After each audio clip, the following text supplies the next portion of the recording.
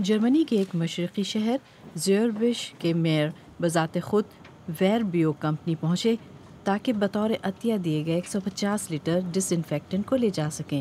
انہوں نے مقامی نرسنگ ہومز اور کلینکس میں جراثیم کش مواد کی قلت کے بعد اس کمپنی سے رابطہ کیا تھا۔ وہ یہ وصول کر کے بہت خوش ہیں۔ انہوں نے مجھے بتایا تھا کہ ان کے پاس موجود ڈس انفیکٹنٹ محض ایک ہفتے میں ختم ہو جائے گا۔ طبی سہولیات فراہم کرنے والے تمام ادارے اس کی دستیابی کے حوالے سے مسائل کا شکار ہیں، لہٰذا ہم ایسے وقت میں ان کی مدد کر رہے ہیں تاکہ انہیں قلت کا سامنا نہ کرنا پڑے۔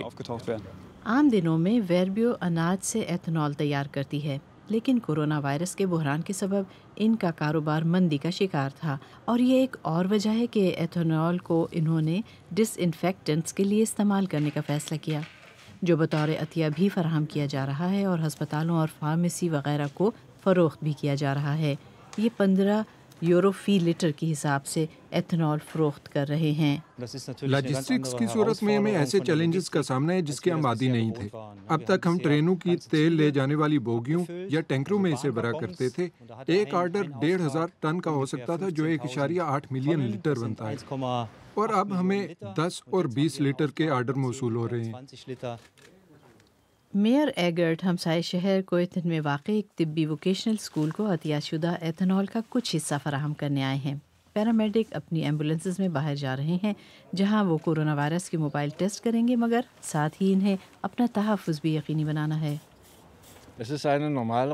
ایمرجنسی کی صورت میں علاقے کی کمپنیوں کی طرف سے اس طرح کا رد عمل عام بات ہے۔ ایک کاروباری ادارے کو ایسا ہی کرنا ہوتا ہے، لیکن اہم بات یہ ہے کہ یہ لوگوں کی زندگیاں بچانے کے لیے ہے، اور ویربیو کمپنی زندگی بچانے میں مدد کر رہی ہے۔